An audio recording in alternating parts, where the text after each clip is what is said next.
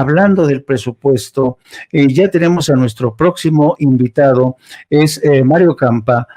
Muchísimas gracias, querido Mario, por estar con nosotros hoy para hablar justamente sobre este tema de lo que está ocurriendo, cómo se está desmenuzando, cómo se va a desmenuzar el presupuesto. Hoy presentaron justamente el presupuesto y vamos a dar la bienvenida a Mario Campa. ¿Cómo estás, querido Mario Campa? Hola, ¿qué tal? Un gusto estar con ustedes de vuelta sin censura esta noche. Un saludo. Pues, como decíamos, hoy presentó el secretario de Hacienda un presupuesto realista que sigue de alguna manera esta carta de navegación que seguía sobre todo por la austeridad. Por ejemplo, en presidencia sigue siendo, creo que son 600 millones de pesos lo que se ha presupuestado para el 2023, nada que ver con los 3,600. Yo quería saber qué opinión te merece, si es que pudiste ya echarle un vistazo o de lo que te has enterado, Mario. ¿Qué opinas de esta? Déjame ver, creo que tenemos un audio o un video precisamente de la presentación de lo que, a ver un momento, y también déjeme de una vez darle, a ver, vamos a ver, estoy tratando de buscar el video, sí, el titular de Hacienda entregó a la Cámara de Diputados el paquete económico de 2023. No sé si tengamos, Adriana, un video de esto. Necesidad de crear nuevos impuestos ni de aumentar las tasas de los impuestos ya existentes. La deuda pública se mantendrá en una trayectoria estable y sostenible, respetando las metas fiscales y los techos de endeudamiento establecidos por el Congreso para ubicarse en 49.4% del Producto Interno Bruto en el 2023. Concluyo recalcando que el paquete económico 2023 que hoy entrego es equilibrado, responsable y realista. Impulsa la recuperación económica del país, anclando los niveles de gasto, asegurando la operatividad de la administración pública y dirigiendo la mayoría de los recursos a los proyectos sustantivos en beneficio del bienestar de la población. En la Secretaría de Hacienda tenemos las puertas abiertas para explicar a detalle los pormenores de este paquete económico, ampliar la información y resolver cualquier duda a fin de abonar en el ejercicio republicano de su análisis, discusión y aprobación en beneficio de los mexicanos. Muchas gracias. Muchas gracias, señor secretario. Dejamos ahora en el uso de la palabra al diputado. Bueno, ahí tenemos cómo fue la presentación de este paquete de Óscar Rogelio, el secretario de Hacienda, y tal parece ser que, según, si nos atenemos al lenguaje que ha empleado, pues es un paquete austero, porque el año que viene, sobre todo en 2003, ya nos avisaron que vamos a tenernos que apretarnos el cinturón, por lo menos en el presupuesto público. ¿Qué opinión tienes, querido Mario?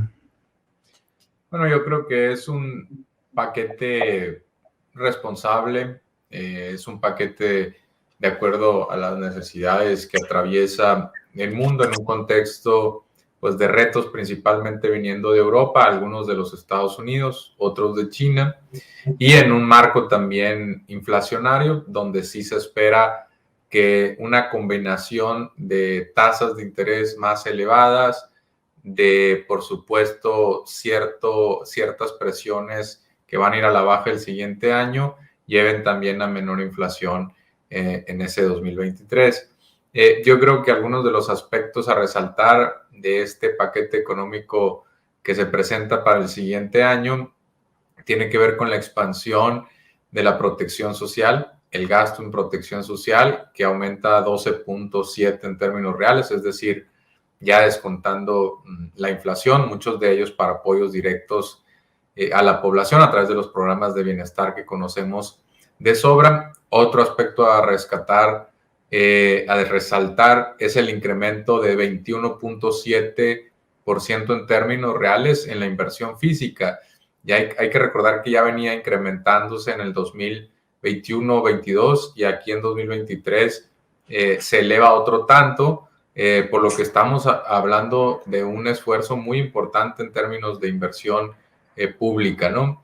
También destaco finalmente en esta primera intervención las participaciones a los estados y los municipios, algo que generalmente pues lleva controversias, principalmente en el reparto, pero en este caso se espera un incremento de 14% en términos reales, lo cual también es un incremento sustancial que brindaría cierto oxígeno a los gobiernos subnacionales, estatales y municipales.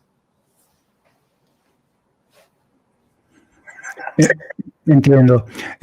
Querido Mario, fíjate que, bueno, tú sabes que hoy una de las grandes noticias de las que nos enteramos fue la muerte de la reina Elizabeth II, y yo sé que a lo mejor muchos dirán, ¿y qué tiene que ver la muerte de la reina de Inglaterra? Bueno, lo que ocurre es que hoy, precisamente, poco después de conocerse la muerte de la reina Isabel II, la nueva primer ministro Liz Truss anunció el congelamiento de los precios de energéticos, diciendo que en este caso el gobierno va a arribar al hombro para que los ciudadanos ya no sientan esta presión. Y esto ocurre no pocas semanas después de que Estados Unidos haya adoptado una medida similar que de alguna manera permitiera disminuir la presión de los precios para los ciudadanos de Estados Unidos, sobre todo por la vía de las gasolinas y energéticos.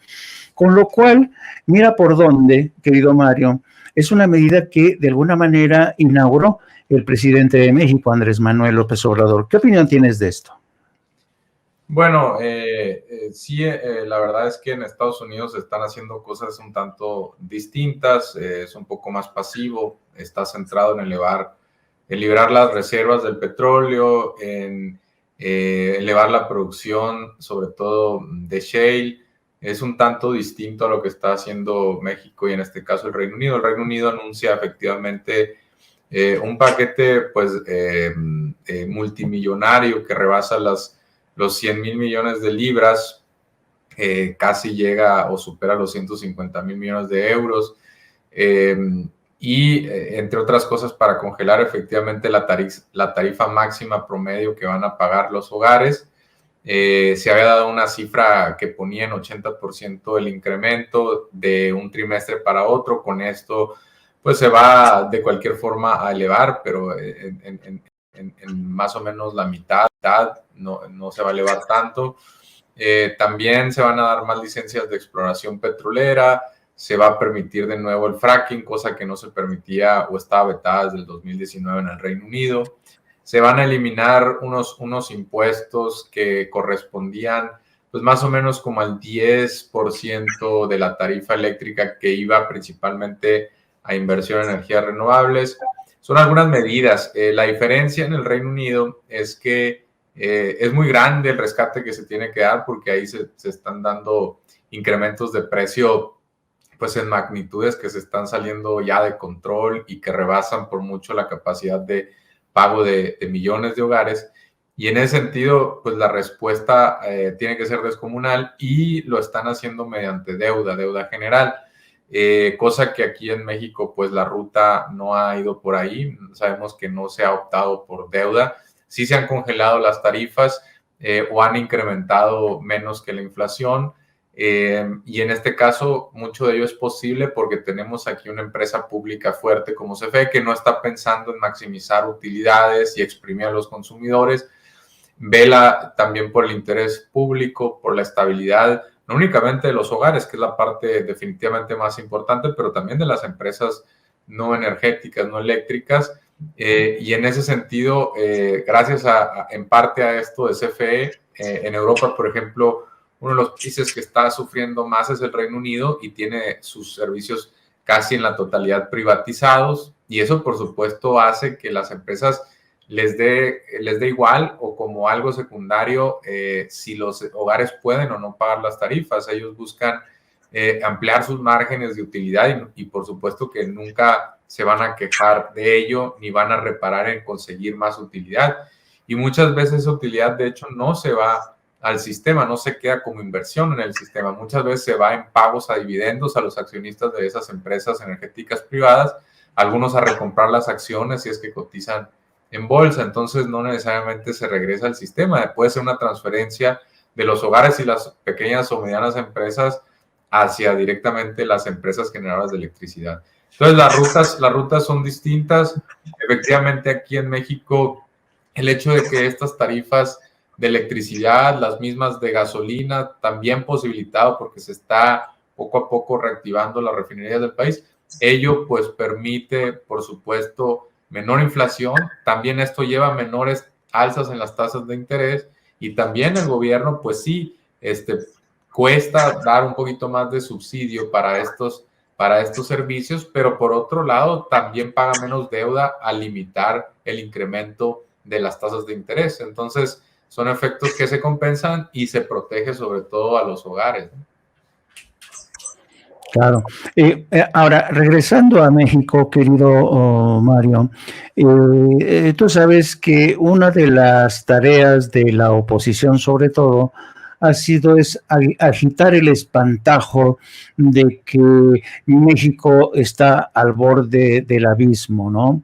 Y líderes políticos como Marco Cortés del PAN han dicho que con este panorama tan incierto en el 2023 y con una inflación que se resiste a ceder, pues realmente las familias, las clases menos favorecidas van a ser las que van a sufrir más. Yo no sé si tengamos, querida Adri, por lo menos el Twitter de Marco Cortés, en donde vaticina hoy, para básicamente aprovechar esto como pretexto para pedir a los ciudadanos, a los mexicanos, corregir el rumbo por el que nos ha llevado el presidente. ¿Tenemos el Twitter, querida Adriana?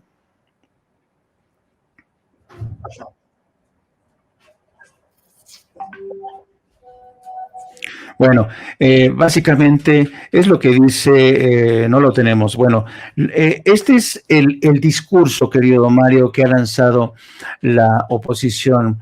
Yo te pregunto, ¿tenemos motivos, como dice Marquito Cortés, para preocuparnos? ¿Estamos al borde del cataclismo?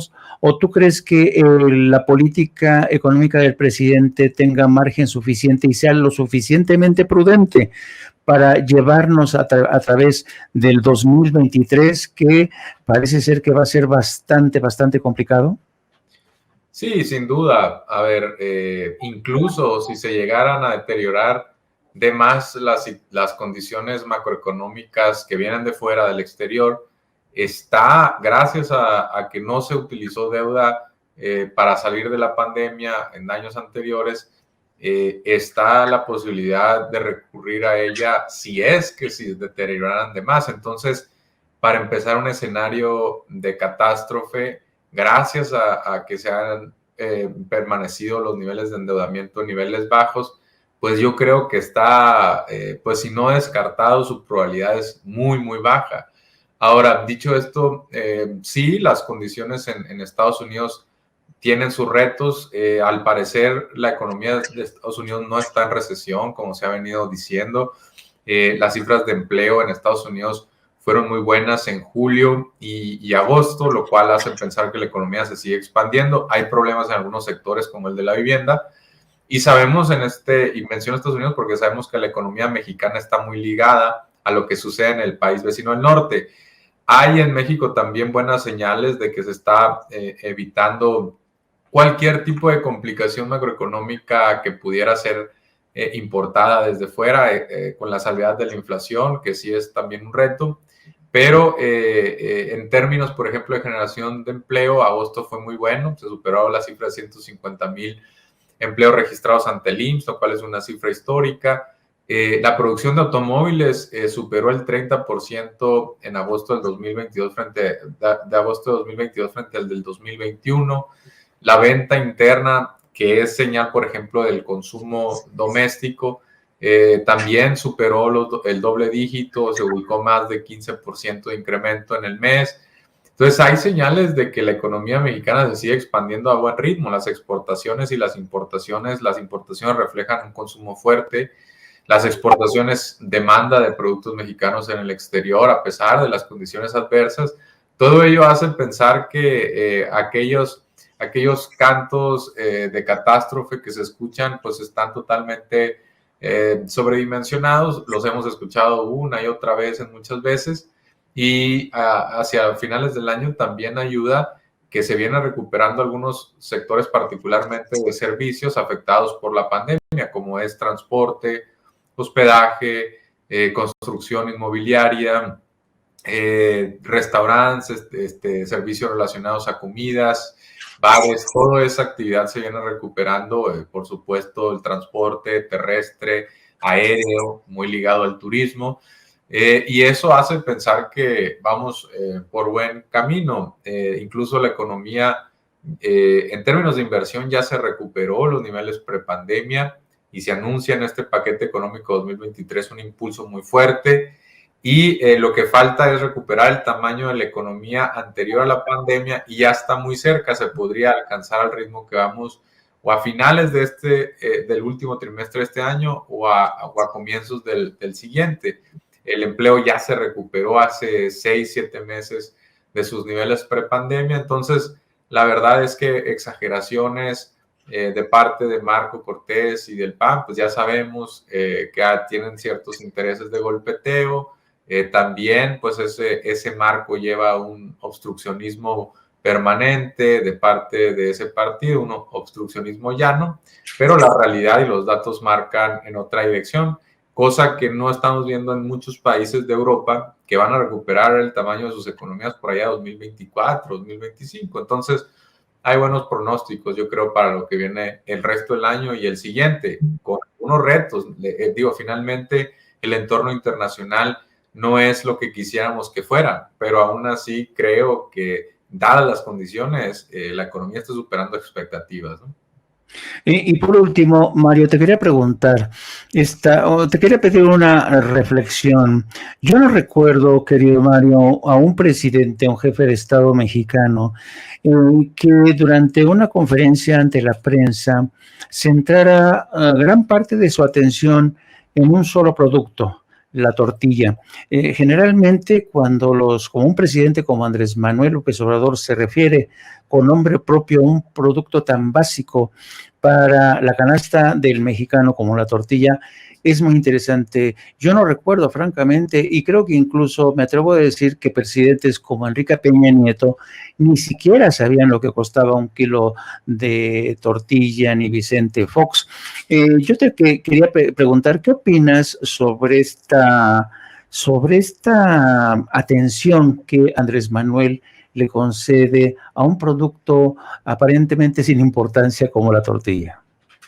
Bueno, se me ocurren al menos 4 razones, ¿no? Una tiene que ver con que definitivamente es un producto importante y forma parte de la canasta básica, ¿no? Se suele acompañar en muchas comidas. La otra tiene que ver con que es un buen comparativo frente a cómo evoluciona el salario mínimo. Y ahí podemos, por ejemplo, comparar el precio de la tortilla en sexenios anteriores contra el salario mínimo y ver cuántas veces alcanza un salario mínimo para comprar un kilo de tortillas. Y efectivamente en este sexenio la relación ha subido bastante gracias al impulso del salario mínimo, lo cual pues refleja cierto incremento en el nivel de bienestar, particularmente en aquello que tenga que ver con el salario laboral. Otro motivo que se me ocurre es que México es importador de ciertos tipos de maíz, importador neto, y depende mucho de los Estados Unidos, tiene déficit en la balanza, es parte de lo que se tiene que quizá trabajar hacia adelante para lograr la soberanía alimentaria. Y una cuarta razón tiene que ver con que también en el caso de las distribuidoras de masa que producen la tortilla, es un mercado muy, muy concentrado, donde sabemos que Maseca principalmente y sus brazos o subsidiarias controlan una parte muy importante de los mercados, tanto del maíz como el trigo, para crear la tortilla. Y en ese sentido, pues, al estar tan concentrado en unos pocos jugadores, donde este grupo creo que controla más del 70%, pues por supuesto que tiene que tener cierta vigilancia y se tiene que posicionar el tema a nivel público para que también se le haga ver a este corporativo, a esta serie de empresas que pertenecen a una misma compañía, que pues por cuestiones también de lucha antimonopolios se le está observando y se le está manteniendo a raya y se están monitoreando los incrementos de precios. Si no están justificados según los incrementos de costo, pues podría, por supuesto, llevar a algún caso que tenga que ver con prácticas desleales. Entonces, esos 4 motivos me hacen creer, entre otros, seguramente, que es estratégico, que es un buen comparativo y que forma parte de una estrategia más amplia que tiene que ver con la soberanía nacional en cuestiones alimentarias, ¿no?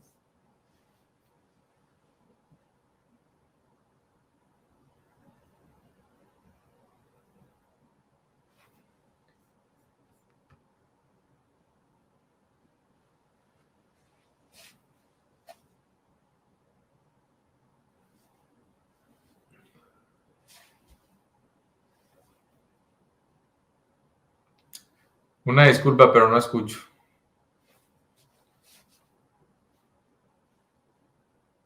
Perdón. ¿Ya me escuchas? Sí. Te decía que es muy refrescante escucharte esta descripción que nos has hecho, muy esclarecedora, pero sobre todo sabes que yo agradezco, Mario, que tengas esta facilidad para hablarnos de economía, que poca gente tiene este talento para manejar estos datos, hacer de lo complejo algo simple, y sobre todo lo que uno agradece es hablar con un economista o alguien que pasa por economista que no sea correa de transmisión de intereses creados bancarios, corporativos, porque cuando uno se topa con ese tipo de economistas se oscurece todo, ¿no? Es como una nube gris. Así es que gracias por la claridad y gracias por contribuir con nosotros en Sin Censura. ¿Cómo te puede seguir nuestra gente de Sin Censura, querido Mario? No, gracias a por el espacio. También un saludo a Víctor, que estuvo hablando de economistas, que estuvo antes aquí. Y me pueden seguir principalmente en mi Twitter, que es @Mario_Campa. Ahí pues ya los conozco a muchos de ustedes, nos leemos seguido y por supuesto un gusto estar aquí en Sin Censura, donde le mando también un abrazo a Vicente y bueno, a ti agradecerte la entrevista hoy y quedamos a la orden para futuras colaboraciones. Muchas gracias, Mario, que es también miembro de la familia Sin Censura. Hasta otra, querido Mario. Bueno, y sigamos adelante con esta transmisión, no sin antes pedirles que por favor nos apoyen y recordarles que si Vicente Serrano no pudo estar hoy fue porque tuvo otra asignación. Eso no quiere decir que Vicente no se haya esforzado por llegar a tiempo, pero en verdad tuvo una asignación de la que no se pudo zafar.